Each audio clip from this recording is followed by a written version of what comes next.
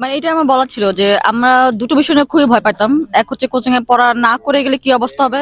আসলে যখনকার যে কাজ সেই কাজটাই মন দিয়ে করা উচিত। স্যাররা আমাদের সামনেই হয়তো বসে বসে খাতা দেখতো আর বলতো, হ্যাঁ এটা পারছো না, এটা পারো না, এই হয়েছে সে হয়েছে।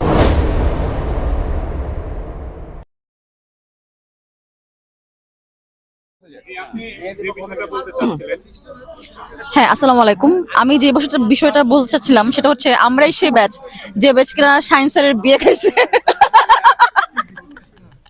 আমরা ক্লাস 5-এ পড়াকালীন সময়ে স্যার বিয়ে করলেন। আমার মনে আছে ঠিক কোচিং এর ঠিক সামনে একটা বিশাল জায়গা ছিল।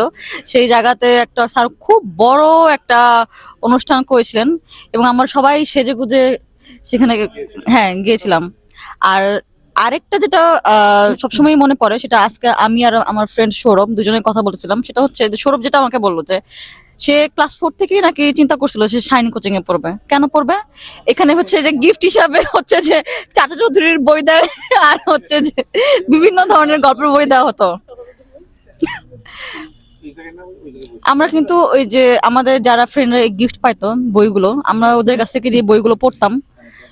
মানে আসলে যেটা বলতে কি যে আজকে মনে হচ্ছে যে 30 বছর সময় মাঝখানে পার হয়ে গেছে, কিন্তু মনে হয় যে এই তো সেদিন যে আমরা কোচিং এ যাবো। আজকে মনে হচ্ছিল যে আসলে কোচিং এ যাওয়ার জন্যই আমরা আজকে রওনা দিছি। এই যে একটা মুহূর্ত বা এই যে একটা সুন্দর মুহূর্ত কিভাবে যে চোখের পলকে চলে গেল।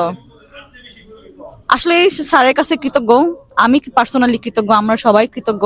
একটা যে সুন্দর সিস্টেমেটিক জীবনধারা যে সেই ছোট বয়সে স্যার একটা গড়ে দেওয়ার যে চেষ্টা করেছিলেন, আমরা মনে হয় যে আমরা অনেক ক্ষেত্রেই বিষয়টাতে সফল। এটাই আমার বক্তব্য ছিল। ধন্যবাদ।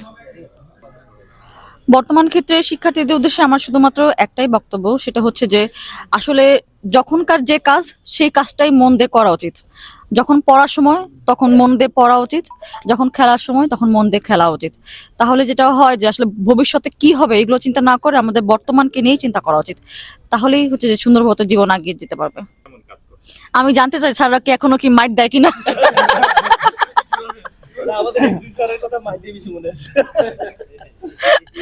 আমরা আমরা রীতিমতো আতঙ্কে থাকতাম। ওই যে ক্লাসে পড়া না করে গেলে যে বেতার বাড়ি গুলা খাইতে হবে সেটা। আর এটা ছিল যে রাতের বেলায় হঠাৎ করে 10টার সময় থাকতাম যে বাইরে বাইকের শব্দ। কি হয়েছে, স্যাররা আসছে পরে কিনা ঠিক মতো এটা খোঁজ খবর নেওয়ার জন্য। আর আমার আব্বা মারা তো একদম গড় করে এই করে না সেই করে না হ্যান করে না ত্যান করে না, যা বলার সব বলতো। আর পরের দিন তার একটা প্রভাব তো থাকতোই। আর সবচেয়ে বেশি ভয় লাগতো মনে আছে যেদিন হচ্ছে রেজাল্ট দিত, যে পরীক্ষাগুলো দিতাম স্যাররা আমাদের সামনেই হয়তো বসে বসে খাতা দেখতো আর বলতো, হ্যাঁ এটা পারছো না, এটা পারো না, এই হয়েছে সে হয়েছে। এগুলোই আসলে ওই দিন